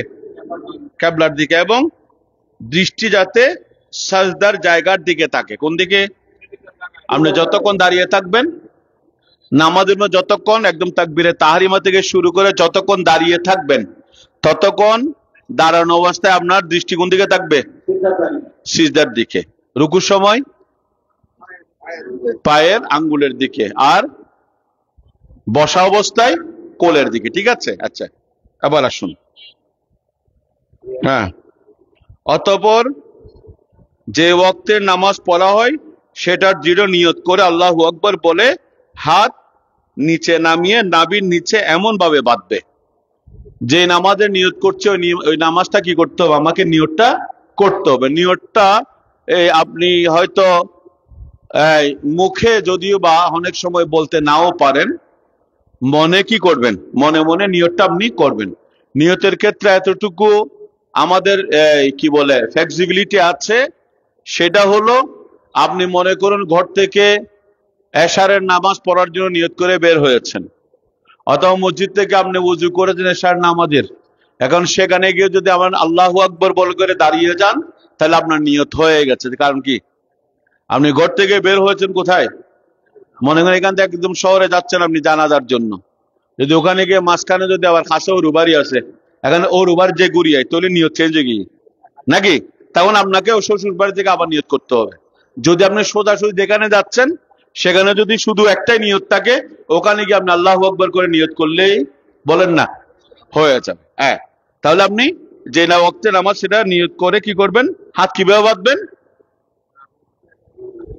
নিচে নামিয়ে নাভির নিচে এমন ভাবে বাঁধবে যেন ডান হাতের তালু বাম হাতের কবজির উপর স্থাপন করে মাঝখানে 3 আঙ্গুল কবজির পিঠের উপর রেখে বৃদ্ধাঙ্গুলি ও কনিষ্ঠ আঙ্গুল দ্বারা কি কবজিকে জড়িয়ে ধরে। কিভাবে? এখানে ওনারা ধরুন তো। হ্যাঁ, আর অনেকেই শুনুন, তাহলে যে প্র্যাকটিক্যালের মধ্যে কিছুটা অনেক ভুল সংশোধন হয়ে যায়। আমরা অনেকে এইভাবে রেখে দিই। ঠিক আছে? অনেকে এভাবে দিই। জি না, এই দেখাই দেন, ও দেখাই দেন, এই 2 আঙ্গুল এইভাবে ধরবেন, এইভাবে ইয়ত ইয়ত এইভাবে দেখাই দেন। কত তোলন একখান ভালো করে দেখাই দিন। দুই আঙ্গুল কি এই ধরন, এভাবে ধরন। আরে বা যে ধরন না এভাবে ধরি, তারপর তিন আঙ্গুল স্বাভাবিকভাবে রাখিবেন। ধরার নিয়ম এভাবেও না, এভাবেও না, এই ঠিক আছে, মন থাকিব তো। এভাবে যদি আপনি হাত ছেড়ে দেন, যারা নাবির উদ্দিবাদি ব্যান বাদি তেন কিচ্ছু না, আল্লাহ মানুষের দৈর্ঘ্য দুর্গজি হাতও কি ওইভাবে বুঝছি, এভাবে না সারি জন তেন নাবির নিচে যাইব, অত কি এলে সারি জন না, স্বাভাবিকভাবে কি নাবির নিচেই যাইব। ঠিক আছে, তাইলে ধরবেন কিভাবে? ভুল একটা ভুল আমাদের এই জায়গায়, সেটা অনেকে এইভাবে রাখেন, অনেকে এইভাবে রাখেন। জি না, কি করবেন? একটু কষ্ট করে ধরুন না, ধরুন না, প্র্যাকটিস। এই এই দুই এলে ধরিবেন, তারপরে তিন আঙ্গুল এইভাবে রাখবেন। ঠিক আছে, আচ্ছা। তাহলে এই ক্ষেত্রে আর একটু স্বাভাবিক, অনেকের ভুল হয়, অনেকে স্বাভাবিকভাবে কি রাখি দেয়। নিয়ম কি ন, নিয়ম কি ন, এইভাবে রেখে দেওয়া নয়। বৃদ্ধাঙ্গুল এবং কনিষ্ঠাঙ্গুল খাইল এবং কি বুড়ল দিয়ে বেড়াই ধরিবেন, তারপর তিন আঙ্গুল কি উড়ে রাখবেন। এই এরপর সানা পড়বে কি সুবহানাকা আল্লাহুম্মা বিহামদিকা ওয়া তাবারাকা ইসমুকা ওয়া তাআলা জাদ্দুকা ওয়া লা ইলাহা গায়রুকা। তারপরে আউযু বিল্লাহি বিসমিল্লাহির রহমানির রহিম পরে সূরা ফাতিহা পড়বে। কি পড়বে? হ্যাঁ দেখুন, একটু খেয়াল করবেন। আউযু বিল্লাহ আমরা শুধুমাত্র নামাজ যখন শুরু করি প্রথম রাকাতে সানা পড়বো, তারপর কি পড়বো? আউযু বিল্লাহ, তারপরে বিসমিল্লাহ। আর অন্যান্য রাকাতের মধ্যে আমরা সানাও পড়বো না, আউযু বিল্লাহ পড়বো না, শুধুমাত্র কি পড়বো? বিসমিল্লাহ পরে সূরা ফাতিহা। অন্যান্য রাকাতে শুধু কি বলেন না বিসমিল্লাহ, অন্য রাকাত আউযু বিল্লাহ পড়বো না। আচ্ছা, তারপর একটা বিসমিল্লাহর ব্যাপারে একটা কথা বলি, সেটা হলো আমরা বিসমিল্লাহ সূরা ফাতিহার আগে তো অবশ্যই পড়বো, সূরা ফাতিহার আগে অবশ্যই। অন্য ক্ষেত্রে মনে রাখবেন, যে কোনো সূরা শুরু করার আগে, সূরা তাওবা ছাড়া যে কোনো সূরা শুরু থেকে আপনি পড়ছেন, তখন কি করবেন? বিসমিল্লাহ পড়বেন। আর যদি সূরার শুরু থেকে না পড়েন, তখন আপনি বিসমিল্লাহ, যেমন আপনি আলাম তারা পড়ছেন, তখন কি সূরা ফাতিহা শেষ করে ওয়ালা দালিন আমিন বলে কি করবেন? বিসমিল্লাহির রহমানির রহিম আলাম তারা কাইফা ফাআলা রাব্বুকা। আচ্ছা, আপনি ওয়ালা দালিন আমিন আল্লাহু লা ইলাহা ইল্লা হুয়াল হাইয়ুল কাইয়্যুম, এটা মাঝখানে না শুরুতে? এখানে কি বিসমিল্লাহ পড়বেন না, বিসমিল্লাহ পড়বেন না। বিসমিল্লাহ পড়বেন কোথায়? সূরার শুরুতে, ব্যাস। তারপরে সূরা ফাতিহা পড়বে এবং সূরা ফাতিহার শেষ ভাগে নিম্নস্বর আমিন বলবে। আমিনটা কি নিম্নস্বরে, বড় না, বড় করে না। কারণ আমরা বড় করে যে জমাতেও পড়ি, বড় করে কেনারটা পড়বো। আমিনটা সূরা ফাতিহার অংশ না, সূরা ফাতিহার অংশ না। এই জন্য আমিনটা কি করব? ইমাম সাহেব চুপে চুপে পড়বে, আমরাও কি বড় করে নামাজ হোক, যেটাইতে হোক। ঠিক আছে, এরপর কোন সূরা বা মোট 3 আয়াত বা 3 আয়াত সমতুল্য এক আয়াত পাঠ করবে। কোন সূরা, কোন কি সূরা, অথবা কোন সূরা থেকে কমপক্ষে কি 3 আয়াত। ছোট আয়াত হলে কয় আয়াত? আর বড় আয়াত হলে এক আয়াত হলে হয়ে যাবে। বড় আয়াত হলে কি কি বড় আয়াত হলে এক আয়াত হলে হয়ে যাবে। এবার আল্লাহু আকবার বলে রুকুতে যাবে এবং হাত দ্বারা এমন ভাবে হাঁটু ধরবে যেন হাতের তালু হাঁটুর উপর থাকে এবং আঙ্গুলগুলো ছড়িয়ে থাকে। হ্যাঁ, রুকুতে যান। কি রুকুর সিস্টেম কিরকম বলেন? এই হাত দিয়ে এভাবে হাঁটুতে এভাবে ধরবেন। হাঁটুটা কি বলেন না, ধরেন এভাবে ধরেন, হাঁটু ধরবেন, ধরবেন এভাবে না, এভাবে পিচ্ছিল শেষ রেহাই পড়ে যাইবে গো, এলে না, এভাবে ধরবেন। এই কোথায়? এইভাবে ধরেন, ধরেন না, প্র্যাকটিক্যাল ধরেন, এভাবে না, এভাবে অঙ্গে কি রুকু যায় কি সিজদা যাবেন গো, এইভাবে ধরবেন। ঠিক আছে, হ্যাঁ, আচ্ছা। তারপরে কি হাঁটু ধরবেন যেন হাতের তালু হাঁটুর উপর থাকে এবং আঙ্গুলগুলো ছড়িয়ে থাকে। ঠিক আছে, পিঠ সোজা থাকবে এবং মাথা পিঠের বরাবর হবে। পিঠ কি থাকবে? সোজা, এবং পিঠ আর মাথা কি মাথা ঝুঁকানো থাকতো না, মাথা উর্মিকেও থাকতো না, ঠিক আছে? আচ্ছা, তারপরে উঁচু নিচু যেন না হয়, আর দৃষ্টি পায়ের দিকে থাকবে। ওই যে বলছে রুকুতে কোন দিকে? পায়ের বৃদ্ধাঙ্গুলির দিকে, ঠিক আছে? কমপক্ষে 3 বার সুবহান রব্বিয়াল আজিম, সুবহান রব্বিয়াল আজিম, তারপরে কি সামি আল্লাহু লিমান হামিদা, সামি আল্লাহু লিমান হামিদা বলে সোজা হয়ে দাঁড়িয়ে যাবে। সে এরপর দাঁড়ানো অবস্থায় বলবে রব্বানা। এটা কখন? উঠার সময় না, উঠার সময় কি বলবেন? রব্বানা লাকাল হাম সোজা দাঁড়ানো অবস্থায় বলবেন। ওই যে আগে বলেছিলাম সোজা দাঁড়িয়ে কমপক্ষে কি 1 তাসবিহ থাকাটা ওয়াজিব। সে 1 তাসবিহ যে আপনি দাঁড়িয়েছেন সেটা আপনি নিশ্চিত থাকবেন যখন দাঁড়ানো অবস্থায় রব্বানা লাকাল হাম বলবেন। কথা বুঝেছেন কিনা দেখেন। বলেছিলাম কি দাঁড়িয়ে থাকা কি রুকু থেকে সোজা দাঁড়িয়ে অপেক্ষা কতটুক? 1 তাসবিহ পরিমাণ ওয়াজিব। তো এই 1 তাসবিহ পরিমাণ আপনি দাঁড়িয়েছেন সেটা কিভাবে বুঝবেন? যদি আপনি দাঁড়ানো অবস্থায় যদি রব্বানা লাকাল হাম বলেন তাহলে আপনার রব্বানা লাকাল হাম সেই দোয়াটাও পড়া হলো, আপনার 1 তাসবিহ ওয়াজিব সেটাও কি আদায় হলো। এবার আসুন পুনরায় আল্লাহু আকবার বলে এমন ভাবে সাজদায় যাবে যে প্রথমে হাঁটু জমিনে রাখবে, তারপর হাত অতর উভয় হাতের মাঝখানে এমন ভাবে মাথা রাখবে যেন প্রথমে নাক পরে কপাল স্থাপন করে। আগে একটু বলি তারপরে দেখাই দিচ্ছেন। রুকু থেকে ওঠার পরে সিজদাতে যাওয়ার সময় আগে কি যাবে? হাত, হাঁটু,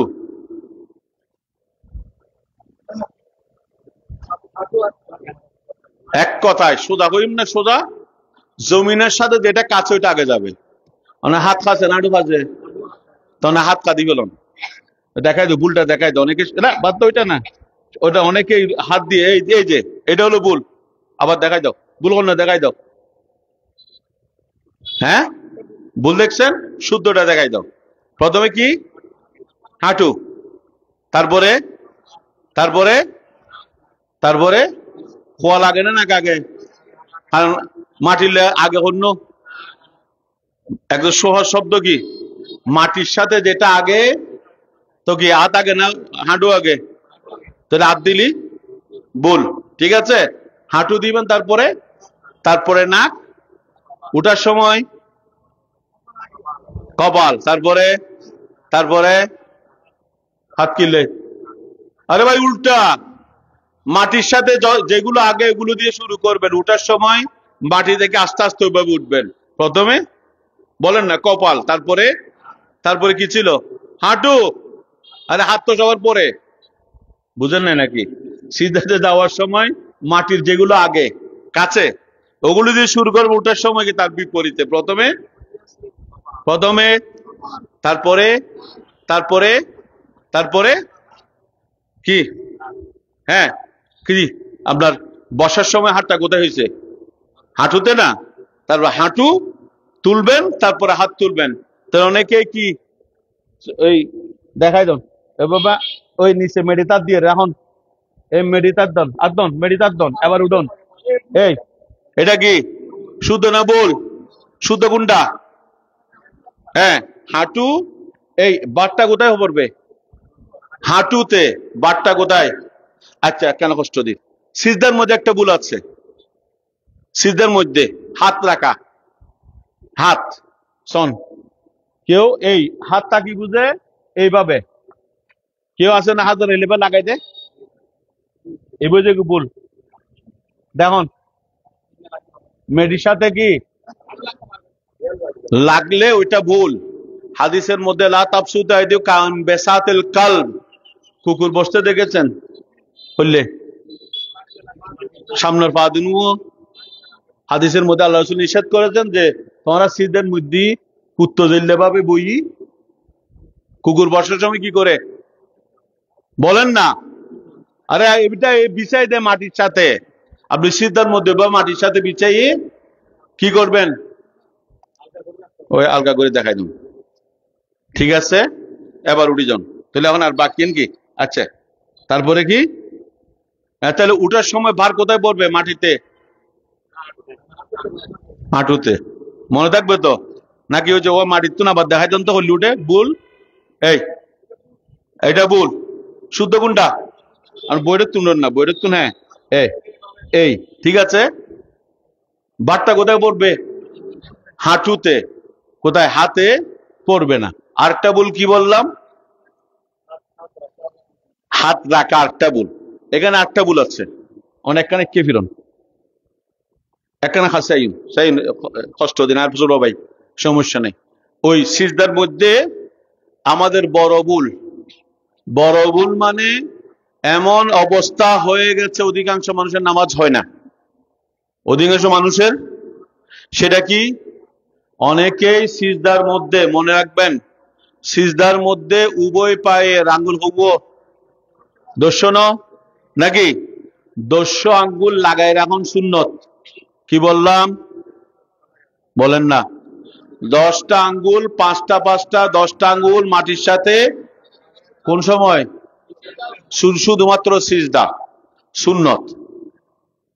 উভয় পায়ের 3টা 3টা, কয়টা? 3টা 3টা 6টা মাটির সাথে লাগিয়ে রাখা ওয়াজিব। ওয়াজিব মানে কি? নামাজের মধ্যে কোনো ওয়াজিব বাদ করলে কি এটা সুজদা আছে না? সুজদা মানে কি? হন না? আরে ভাই, সুজদা শব্দ কি? ভুল ভুল ভুল বসে তো সিজদা ভুল করছি না, তাহলে সিজদা কি ভুল করছি না? করতে করতে লেগে তখন ইচ্ছে করছি বেশ যদি 500 দন 500 সিজদা নামাজ হইতো না। তাহলে কি বললাম? সিজদার মধ্যে আমাদের বড় ভুল, সে ভুলটা কি? হন না? কি হচ্ছে যে এক পা তুলি দে, আছে না? আর কি হচ্ছে দুই পা তুলি দে। আল্লাহ দিয়ে নামাজ তো বহুত দূরে গিয়ে গো। এক পা তুলি দিলে নামাজ বহুত দূরে গিয়ে গো, 2 পা তুলি দিলে তো নামাজের দ্বারা আছেও নেই। এমনকি অনেককে দেখা যায় শুধু আঙ্গুল একটা লাগায় রাখে। কয়টা রাখতে হবে? 3টা 3টা। 5টা 5টা লাগিয়ে রাখা কি? ওই একটা দেখাই দেন। এই হ্যাঁ, আপনি এই যে মনে করেন এখন 3টা 3টা লেগেছে, কিন্তু 5টা লাগবে। কখন লাগবে? আপনি যদি একটু অভ্যাস করেন, একটু চাপ দেন, এই যে চাপ দেন, এই একটু যদি চাপ দেন, নিয়মিত যখন আপনি এইভাবে করতে দেন 5টা আঙ্গুলই লাগবে। প্র্যাকটিস করিবেন না? আজ এতুন করিবেন তো? ভুল আছে না? আর ভুল আছে কিনা? আছে কিনা? এগুলো সংশোধন দরকার আছে। আর থাকলে এই ধরনের দাওয়াতে ওই বোধ কষ্টই। হ্যাঁ, এভাবে দাওয়াতে খায়ের মাহফিলে আমি যে সমস্ত শুধু স্বাভাবিক নিয়ম নামাজ পড়াই দিলাম, ওইটা নয়। আমি এখানে কোথায় কোনটা শুদ্ধ কোনটা ভুল যেটা আমরা দেখছি সেটা আপনাদেরকে একটু স্মরণ করে দিচ্ছি, তারপর শেষ করছি। সুবহান রাব্বিয়াল আলা পড়লেন, তারপরে কি? এমন ভাবে মস্তক উত্তোলন করবেন যেন প্রথমে মাথা, তারপরে বলেন না নাক, তারপরে মুখ, তারপরে হাত, তারপরে ডান পা দাঁড় করিয়ে, হ্যাঁ হাত, তারপরে কি? পা মাটির সাথে কি? হাত ওই দেওয়ার সময় বিপরীত আর কি, সরি বিপরীতে কি? তারপরে হাতটা কি করবেন? কোথায় রাখবেন? হাঁটুর উপর রেখে, তারপর হাঁটুর উপর বার করে কি আপনি উঠবেন। পুনরায় কিছুক্ষণ অপেক্ষা করে আল্লাহু আকবার। আচ্ছা, বলবে হাতের তালু। আচ্ছা, বসার সময় কিভাবে বসবেন? হ্যাঁ, বুঝি না। হ্যাঁ হ্যাঁ, 2 সিস্টার মাঝখানে কিভাবে বসবেন? ঠিক আছে, 2 সিস্টার মাঝখানে আপনি হলো আপনার ডান পা আঙ্গুলগুলো কি করে দিবেন? বলেন না। ডান পাটা খাড়া করে দিয়ে বাম পায়ের উপর আপনি কি বিছিয়ে রানের উপর হাঁটুর কাছে এমন ভাবে রাখবেন যেন উভয় হাতের আঙ্গুলগুলো কিবলার দিকে থাকে এবং আঙ্গুলগুলোর মাথা যেন হাঁটুর কাছে থাকে। পুনরায় কিছুক্ষণ অপেক্ষা করে আল্লাহু আকবার বলে দ্বিতীয় সাজদা করবেন। এখানে বলে একটা ওয়াজিব আছে। ওয়াজিবটা কি বলুন না?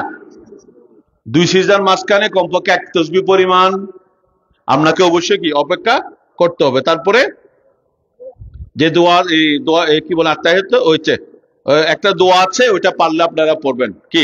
আল্লাহুম্মা গফিরলি ওয়ারহামনি ওয়াহদিনি ওয়ারযুকনি। ঠিক আছে, এই দোয়াটা পড়তে পারলে পড়বেন, নাইলে ইয়া করবেন। তারপর এরপর মাথা উঠাবে এবং হাত হাঁটুর উপর রেখে, ঠিক আছে, হাত কোথার উপর? বলেন না। হ্যাঁ, তারপরে উভয় উপর দিয়ে দাঁড়িয়ে যাবে। দাঁড়ানোর সময় বিনা কারণে হাত জমিনে রাখবে না। দাঁড়ানোর সময় হাত কি, হাত কোথায়? জমিনে। নামাজের সময় বিছাইতে নেই, এই কি বইব না কেউ? আচ্ছা আচ্ছা, ওই রাখো না, মনোযোগ কি কাজ ভাই, ইন মনোযোগের বিষয় না, এনে অন্য বিষয় না।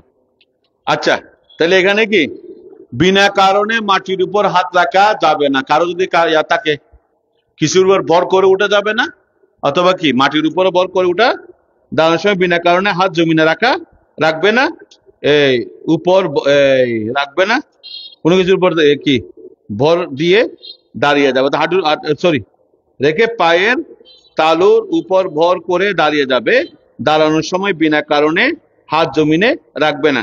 এভাবে এক রাকাত পূর্ণ হয়ে গেল।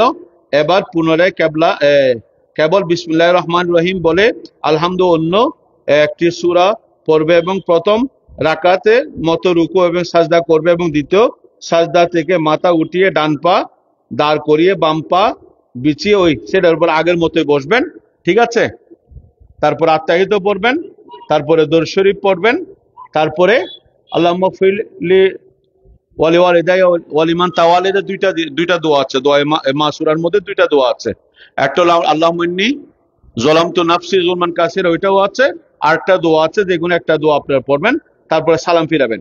আচ্ছা, হ্যাঁ, আচ্ছা, বসার সময় শাহাদাত আঙ্গুলিটা তুলবেন কিভাবে? বসার সময় তো আপনি স্বাভাবিক এভাবে রাখবেন, গুটিও রাখবেন না, এভাবে একদম কি এভাবে রাখবেন, আবার এভাবে রাখবেন। স্বাভাবিক বা যেভাবে থাকে ওভাবে রাখবেন। এই আত্তাহিয়াতু লিল্লাহি ওয়াস সালাওয়াতু ওয়াত তাইয়্যিবাতু আসসালামু আলাইকা আইয়ুহান নাবিয়্যু ওয়া রাহমাতুল্লাহি ওয়া বারাকাতুহু আসসালামু আলাইনা ওয়া আলা ইবাদিল্লাহিস সালিহিন আশহাদু আল্লা ইলাহা। এই প্রথমে এরকম করে এরকম করবেন, এরকম করেন এরকম করেন, এটা এরকম করে আশহাদু আল্লা ইলাহা, এগুলো তো এভাবে থাকবে। ইল্লাল্লাহ, ইল্লাল্লাহ যখন পড়বে তখন কি তুলবেন এইভাবে গোল করে। কি করবেন? গোল করে প্রথমে এই আশহাদু আল্লা ইলাহা ইল্লাল্লাহ। দেখেন, আবার চেষ্টা করেন, এবার গোল করবেন।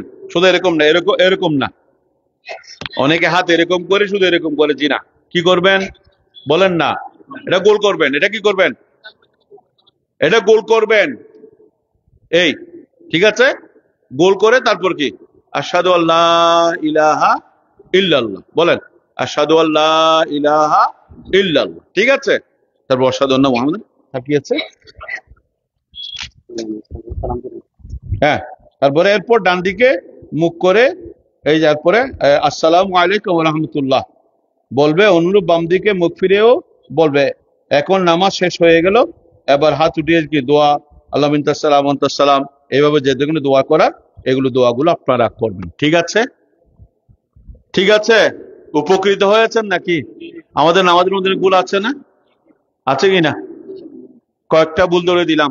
একটা হলো সিজদার সময় বলেন না, পা রাখার ক্ষেত্রে অনেকে এক পা মাটিতে রাখেন, এক পা তুলে দেন, নামাজ হবে না। উভয় পা রেখেছেন, তিন আঙ্গুল রাখেন নাই, নামাজ হবে না। তিন আঙ্গুল রাখা কি বললাম? ওয়াজিব। পাঁচ আঙ্গুল 10 আঙ্গুল রাখা সুন্নত। ঠিক আছে? আর হাত বিছানোর ক্ষেত্রে একটা ভুল কি বললাম? মাটির সাথে অনেকে এভাবে বিছিয়ে দেয়, কুকুর যেভাবে বিছিয়ে দেয় ওভাবে বিছিয়ে না দেওয়ার জন্য আল্লাহ রাসূল বলেছেন। ঠিক আছে? আচ্ছা, আর কি বলেছিলাম ভুলের মধ্যে বলেন? হ্যাঁ, আমরা রুকুতে যাওয়ার সময় অনেকে হাত আগে দিয়ে দেন। রুকুতে হাত আগে দিবেন না। আগে কি দিবেন? হাঁটু মাটির সাথে যেটা কাছে, হাঁটু, তারপরে কি হাত, তারপরে নাক, তারপরে উঠার সময় কপাল, নাক, তারপরে হাতটা হাঁটুর উপর দিয়ে, তারপর হাঁটুর উপর ভর করে আপনি উঠবেন। অন্য কোনো মাটির উপর ভর করে অনেকেই রুকু এই সিজদা থেকে উঠার সময় মাটির উপর হাত দেয় না, মাটির উপর কি হাত দেয়, ওটা দিবেন না। আপনি বটটা করবেন কি এটা তারপরে সাধারণত হাঁটু এবং প্লাস আপনার পায়ের গোড়ালি, মুড়ি মুড়ি, ওটার উপর ভার করে, হাঁটুর উপর ভার করে আপনি দাঁড়াবেন, অন্য কিছুর সাহায্যে আপনি দাঁড়াবেন। ঠিক আছে? এগুলো হলো মানে নামাজের মধ্যে আমাদের অনেক ধরনের ভুল। হাত রাখার ক্ষেত্রে কি বলছিলাম, আবার একটু রিপিট করে, হাত কি রেখে রাখবো কোমরে, বলেন না, নাভির নিচে কিরকম, এই, আবার এইভাবে ধরবো, প্রথম আগে দুইটা ধরেন, এই, ঠিক আছে, তারপর তিনটা সাঙ্গ, এইভাবে রাখার পর আপনি স্বাভাবিকভাবে ছেড়ে দিলে নাভির নিচে আসবে। আল্লাহ মানুষের দৈর্ঘ্য আর হাত একসাথে কি মেপেই করেছেন, ওই এদের এত ফতোয়ার দরকার নেই, আপনি ছেড়ে দিলে দেখবেন নাভির নিচে চলে আসছে। হাদিসের মধ্যে ছেড়ে দিতে বলা হয়েছে, তো ছেড়ে দিলে কি, আর ওইটা ছেড়ে দিতে বলা হয়েছে, পরেরটা আর বুঝে নেই এরা, এই জন্য বলে একবার নাভির উপরে একবার এসে ছেড়ে দিলে আপনি এমনিতে নাভির নিচে চলে যাবেন। দেখেন তো, আর বলতে হবে নাকি, নিজেই দেখেন। ঠিক আছে, আচ্ছা যাক, বিসমিল্লাহ। হুজুর, জানাজার নামাজে হাত কখন ছাড়বে? আচ্ছা, না, জানাজার নামাজের মধ্যে যে সালাম ফিরানোর পরে, আসলে এটা দুইটা রেওয়ায়াত আছে, কেউ বলছেন প্রথম সালামের পরে, কেউ উভয় সালামের পরে। তবে উভয় সালামের পরে হাতটা এইভাবে দিলাম না, তারপর আসসালামু আলাইকুম রহমতুল্লাহ, আসসালামু আলাইকুম পরে আপনি কি হাত, কেউ কেউ দেখা যায় প্রথম কি সালামের পরে অনেকে কি, হ্যাঁ, এক সালামে অনেকে ছেড়ে দেয়। তবে যেটা মানে সবচেয়ে বেশি নির্ভরযোগ্য সেটা হলো দুইটা সালামের পরে আপনি হাত ছেড়ে দিবেন। ঠিক আছে, এতটুকু আমি জানি। যদি এখানে ভুল হয়ে থাকে হুজুর আসবেন, হুজুর সাথে জেনে নিব। আর দুই দিকে সালাম ফিরালে কোন দিকে সালামের পর হাত ছাড়বে, কি কথা বললাম, দুই দিকে একসাথে কি একসাথে। আর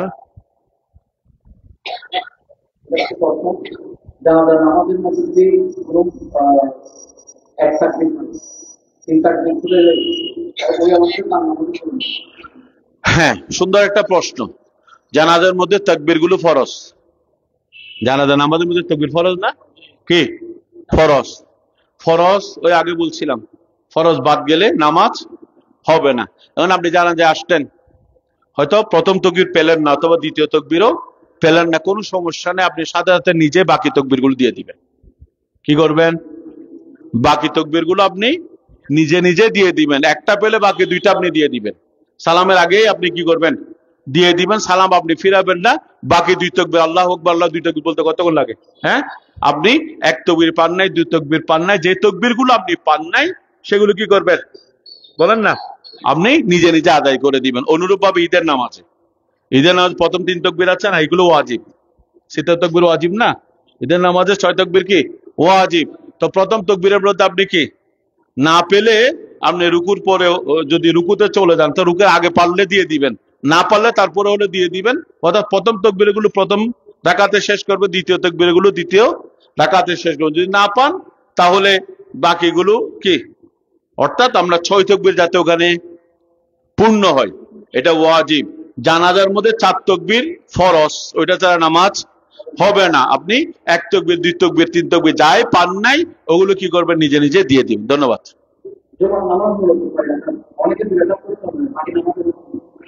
জুমার নামাজ 2 রাকাতই, কিন্তু এর আগে প্রথম 2 রাকাত সুন্নতে মুআক্কাদা, তারপরে 4 রাকাত 4 রাকাত প্রথমে কি সুন্নতে মুআক্কাদা, এরপরে কি বলেন না 2 রাকাত এবং কি এরপরে 4 রাকাত এবং 2 রাকাত, এগুলো কি? আরে প্রথমে 4 রাকাত সুন্নতে মুআক্কাদা, যেটা কাবলুল জুমা বলা হয়, তারপরে 2 রাকাত 4 রাকাত কি সুন্নতে মুআক্কাদা, তারপরে 2 রাকাত সুন্নতে মুআক্কাদা, তারপরে কেউ নফল নামাজ পড়লে পড়লো। সেখানে খেয়াল করবেন, জুমার নামাজ যেটা বলা হয় সেটা হলো যে খুতবার কারণে মূলত নামাজ 4 রাকাত, খুতবার কারণে কি 2 রাকাত। এই জন্যে কেউ যদি জুমার নামাজ পায়নি, জুমার নামাজ কি সে কি করবে? কয় রাকাত কি পড়বে? জোহরের নামাজ, যে জুমার রাকাত 2 রাকাত, জুমার নামাজ 2 রাকাত, আমি জুমা পাই না এই জন্য 2 রাকাত পরে দিন হবে না, তখন কি পড়তে হবে? 4 রাকাত। হ্যাঁ, তারপরে বাদুল জুমা, এটা সুন্নতে মুআক্কাদা, এটাকে আসলে সাধারণত ফিকহের ইসতিলাহে এটাকে এহতিয়াতুল জুমা বলা হয়। এটার অনেকগুলো কারণ আছে, এটা সবগুলো বলবো না, তবে এতটুক বলবো যে জুমার নামাজ আদায় হওয়ার জন্য কিছু শর্ত আছে।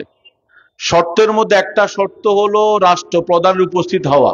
সেটা ফোকায়ে কেরাম বলেছে, রাষ্ট্রের যদি কোনো বাধা না থাকে তাহলে সেটা রাষ্ট্রের অনুমতি সেখানে আছে, খালাস। আর একটা হলো শহর হওয়া। কি হওয়া? শহর হওয়া। এখন আমরা খাগড়াছড়ি পাহাড়েও জুমার নামাজ পড়ছি না, পড়ছি কিনা? এখন শহরের ডেফিনেশনটা ফোকায়ে কেরাম কি বিভিন্ন ভাবে দিয়েছে, এটা জানার জন্য বলছি, সন্দেহ পড়ার জন্য বলছি না। বিভিন্ন ভাবে দিয়েছেন যে শহর মানে যেখানে নিত্য প্রয়োজনীয় জিনিস পাওয়া যায় এটা শহর। এখন তো আলহামদুলিল্লাহ আমার এখানেই আপনার ঘরের সামনে নিত্য প্রয়োজনীয় জিনিস মোটামুটি পাওয়া যাচ্ছে, এই ঘন্টা শহর। তারপরও ফোকায়ে কেরাম বলেছেন আপনি 4 রাকাত সুন্নতে মুআক্কাদা এটা পরে দিবেন। এটা হলো এহতিয়াতুল জুমা। আপনার জুমা যদি যে কোনো কারণে নাও হয়, হতে পারে না নাকি, যে কোনো কারণে আমার জুমা কি হয়ও নাই, তারপর আপনি 4 রাকাত যখন সুন্নত পড়ে দিবেন, ওইটা আপনার জোহরের 4 রাকাতের কি হয়ে যাবে, স্থলাভিষিক্ত হয়ে যাবে। এই জন্য আপনি নামাজ থেকে মাহরুম হলেন না। এই কারণে এটার প্রতি অত্যন্ত গুরুত্ব আছে, এটা আপনারা গুরুত্ব সহকারে দেখবেন। ওই যে 2 রাকাত, মূলত কয় রাকাত বলা হয়েছে, আসলে তো জোহরের নামাজ 4 রাকাত, খুতবার কারণে কি। ধন্যবাদ। হ্যাঁ, আচ্ছা, ধন্যবাদ। তাহলে আপনাদের কোনো প্রশ্ন আছে? আচ্ছা, কারো যদি তাকে একটু বলেন। আছে কারো? কারো আছে? তাহলে ঠিক আছে, নামাজের প্রস্তুতি নিন। ইসমাইল হুজুর নিচে জনগণ হইলে আর জন্য আয় ফেরতেন না আয়না 3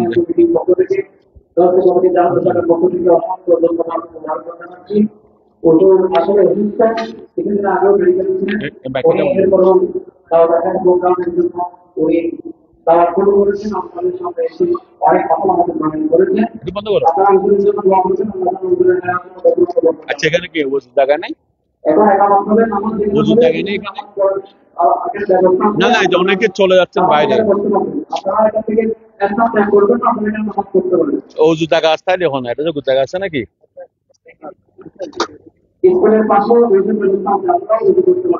ঠিক আছে, ওইটার জন্য বলছি।